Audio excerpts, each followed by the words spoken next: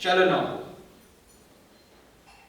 संतों की कितनी बड़ी कृपा है, ये मैं एक दृष्टांत के माध्यम से बताता हूं, ध्यान से सुनना।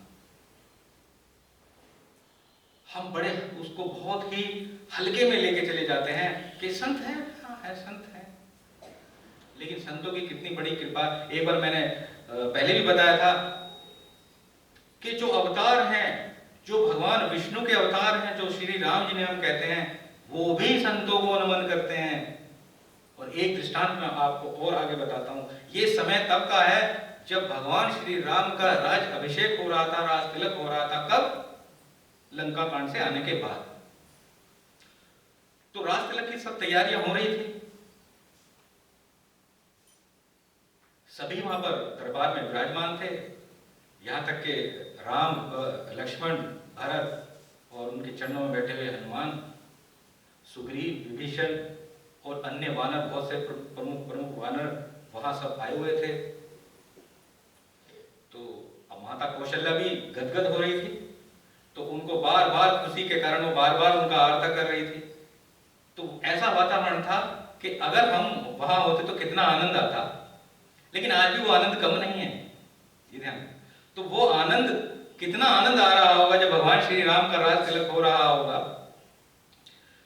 तो इसी बीच में जो देवी देवता हैं वो अदृश्य रूप में आते हैं और भगवान श्री राम के गुणगान करते हैं कि हे प्रभु, अगर आप इस अवतार में ना आते तो आज ये संसार जो है अभी भी दुखों को, कष्टों को सह रहा होता, क्योंकि इतने राक्षस पैदा हो चुके थे, इतने राक्षस पैदा हो चुके थे कि अभी भी उन कष्टों का हरण केवल आप ही कर सकते थे। तो इस तरह के गुणगान द्वारा वो भगवान श्री राम की स्तुति कर रहे थे। चारों वेद भी आए, जो वेद के अधिष्ठाता है वो भी आए और वो भी भगवान श्री राम के गुणगान कह रहे थे कि हे प्रभु, आपके इस अवतार के कारण ही ये सब जो संसार में जो जीव हैं ये अब कष्टों से मुक्त हो चुके हैं, इन राक्षसों के अत्याचार से वो मुक्त हो चुके हैं। जब सभी देवी देवता आ रहे थे, ऐसे भव्य वातावरण में जब आ रहे थे, तो भगवान शिव से भी ना रुका गया। तो भगवान शिव से भी ना रुका गया। अब भगवान शिव आते हैं कि हे प्रभु, अब वो तो उनके इष्ट हैं, उनका गुणगान क्या है प्रभु, निसंदेह आपके द्वारा ये सब होना था, निसंदेह, क्योंकि आप ही वो सक्षम हैं कि इन राक्षसों का वध आप ही के द्वारा होना था और आपने वो किया प्रभु। निसंदेह ये आप ही के द्वारा होना था और आपने किया। आपकी जय जयकार हो, आपकी जय जयकार हो। तो भगवान शिव कहते हैं कि प्रभु, मैं इस भव्य वातावरण में कुछ आपसे मांगना चाहता हूं। मैं इस भव्य वातावरण में से इतना गदगद हूं कि हे प्रभु, आपकी भक्ति में मैं सदा लीन रहता हूं, आपसे मैं कुछ मांगना चाहता हूं। तो भगवान शिव क्या मांगते हैं, देखिए, ध्यान से सुनिए। मांगहु पुनि पुनि कर जोरी, मांगहु पुनि पुनि कर जोरी, हे भगत वत्सल भगवंत,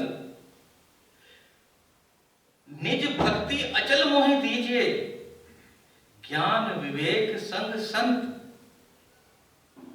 भगवान शिव भी क्या मांगते हैं, देखिए कि हे प्रभु, हे भगत वत्सल भगवान, मैं आपसे बार बार हाथ जोड़कर आपको नमन करता हूं और यही प्रार्थना करता हूं, यही मैं मांगता हूं कि मुझे अपनी अचल यानी अड़िग भक्ति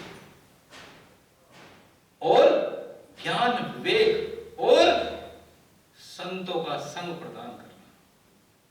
वो भी कह रहे हैं कि मुझे संतों का संग प्रदान करना। जिसको पूरा विश्व पूछता है, जिस भगवान शिव को पूरा विश्व पूछता है, वो भी कह रहे हैं कि हे प्रभु, मुझे संतों का संग जरूर चाहिए। तो क्या आप उस वातावरण में नहीं हैं?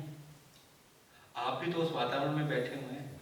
ऐसे तत्वदर्शी संत नहीं, ऐसे तत्वदर्शी संत के भव्य वातावरण में आप बैठे हुए हैं, तो आपको तो संत संग मिला हुआ है। फिर जब भगवान शिव भी ऐसे संग को मांगते हैं, वो भी उसका लाभ उठाना चाहते हैं, तो हम तो पहले से उस वातावरण में बैठे हैं। अगर हम भी अभी उसका लाभ ना उठाएं तो फिर हम अपना ही हनन करते हैं, अपनी ही आत्मा का हनन करते हैं, अपना ही नुकसान करते हैं। तो इस दिव्य वातावरण का आप फायदा उठाइए, क्योंकि ये मनुष्य योनि हमें बार बार नहीं मिलने वाली है, और ये इसका भरपूर फायदा आप उठाइए। ये जैसे इंद्र साहिब जी ने कहा था कि एक बार आपका एडमिशन हो गया तो इसका अर्थ ये नहीं है कि आपको डिग्री मिल गई, उसके लिए आपको पढ़ना पड़ता है, उसके लिए आपको प्रैक्टिकल करना पड़ता है। तो ऐसा ही यहाँ है कि उसके लिए आपको पढ़ना पड़ेगा, उसके लिए आपको प्रैक्टिकल करना पड़ेगा। और प्रैक्टिकल वो क्या है? ध्यान है, वो ध्यान आपको करना पड़ेगा। तो तभी तो एग्जामिनर वो आपको पास करेगा, जब आप प्रैक्टिकल करोगे। तो वो आपको प्रैक्टिकल करना है, वो ध्यान आपको करना है, निरंतर ध्यान करना है। दिखे कुछ ना दिखे ये अलग विषय है, क्योंकि दिखने ना दिखने के कारण कई हो सकते हैं। मैं आपको फिर भी एक थोड़ा सा इशारा दे देता हूं, देख लेना कौन सा कारण आपके साथ लग रहा है। कि या तो आपके अंदर 3 कारण हो सकते हैं, देखिए आपके अंदर कौन सा वो कारण है, तो उस कारण को दूर करें। पहला कारण ये हो सकता है, ये सबके लिए अलग अलग हो सकता है, और जिनके लिए नहीं है कोई सा भी, उनका ध्यान चलता भी है।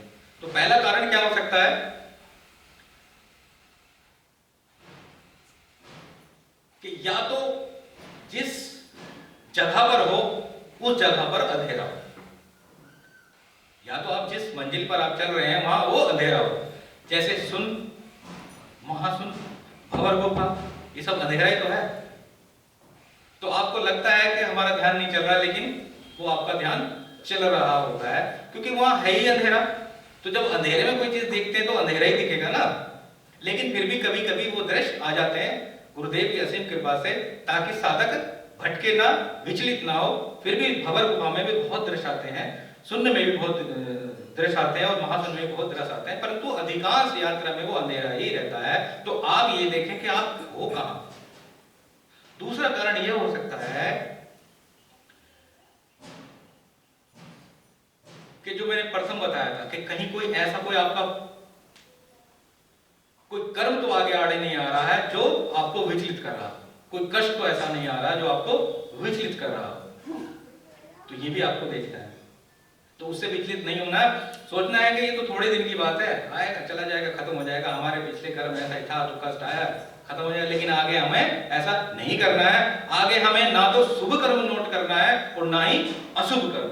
जो शुभ कर्म नोट करने के चक्कर में गिराते हैं वो भी गड़बड़ा जाता है, क्योंकि शुभ कर्म का फिर फल, बुरे कर्म का फिर फल, कर्मों का तो फल मिलना ही मिलना है। तो जब हम ध्यान में बैठते हैं तो ना तो आपके शुभ और ना अशुभ कोई कर्म नोट नहीं होता, आप पूरे कागज की तरह चले जाते हो। आपका ऐसा वीजा बन जाता है तो उस पर कोई डॉट लगाने वाला नहीं है, सब पास ही पास करते चले जाते हैं।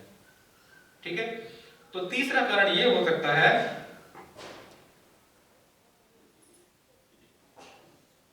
जो ज्यादातर होता है, अब देख लेना कौन सा कारण आपके सामने आ रहा है तो उसे दूर कर लेना, मेरा तो आपसे यही निवेदन है। तो तीसरा कारण ये हो सकता है उतावलापन, पर पहुंच जाए वहां पर तो वो बड़ा गड़बड़ करता है। आप सोचते हैं ना कि नहीं अब तो मुझे जल्दी जल्दी जाना, बहुत तेज चलना है और उसे आगे निकलना है, मतलब उतावलापन, बस दिख जाए, बस कुछ दिख जाए। दिखने से मुझे एक चीज जो याद आ रही, वो हरियाणा से एक भाई वो आते हैं, कभी कभी आते रहते हैं, महिला। अब वो कई बार आए। अब एक दिन मैं और यहाँ वो दोनों यहीं बैठ गए। मैंने कहा चलो आओ आरती करते हैं, फिर ध्यान कर लेंगे, बैठेंगे। बैठ गए। वो तो मैं इधर बैठा था, वो उधर बैठे थे, तो पास पास आते रहे। कहने लगे कि ना मैं कई बार आ चुका हूं। अब गुरुजी मुझसे ना उन्होंने मुझे ये कहा था कि कुछ दिखाएंगे, और मैं कई बार आ गया, उन्होंने आज तक कुछ दिखाया नहीं। मैंने कहा कैसे दिखाएंगे वो कह रहे थे वो दिखाऊंगा मैं समझ गया। मैंने कहा कह तो सही रहे थे दिखाऊंगा, लेकिन क्या तुमने देखने की कोशिश करी? मैं कहा नहीं, मैं तो इंतजार करता हूँ, थोड़ी जाऊंगा दिखाओगे मुझे कुछ यहाँ। मैंने कहा भाई ऐसा नहीं है, तुम ध्यान में बैठोगे तब वो कुछ दिखाएंगे। जब तुम ध्यान में नहीं बैठोगे तो वो क्या दिखाएं? तो तुम्हें बैठना पड़ेगा, तुम्हें ध्यान में बैठना पड़ेगा। और वो बात उनकी बिल्कुल उचित है, सत्य है कि वो कुछ दिखाएंगे और जरूर दिखाएंगे, लेकिन तुम बैठोगे तो तभी तो दिखेगा। तो उनकी समझ में आया। तो ये कारण हमारे हो सकते हैं हमारे साथ। अब देख लेना कौन सा किसके कारण, कौन सा कारण किसको परेशान कर रहा है, उस कारण को दूर करने की कोशिश नहीं, दूर करना है, तभी हम कुछ कर पाएंगे। अन्यथा तो फिर वही स्थिति बन जाएगी, करते हुए भी हम नहीं कर पाते और वहीं एक ही स्थान पर हम खड़े रहते हैं।